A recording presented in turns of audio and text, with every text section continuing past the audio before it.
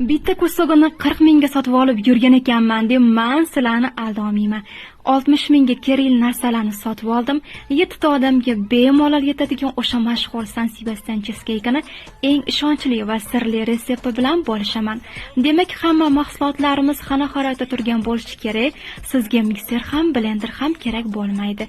Demak, shakar bilan tvorojniy sirni aralashtiramiz. Tuxumlarni bitta-bitta chaqib aralashtiramiz. Qaymoq, limon suvi solib aralashtirib olsak bo'ldi. Ana endi o'sha sirli joyi. 1 qoshiq kraxmalga massamizdan ozgina solib suyultirib olamiz.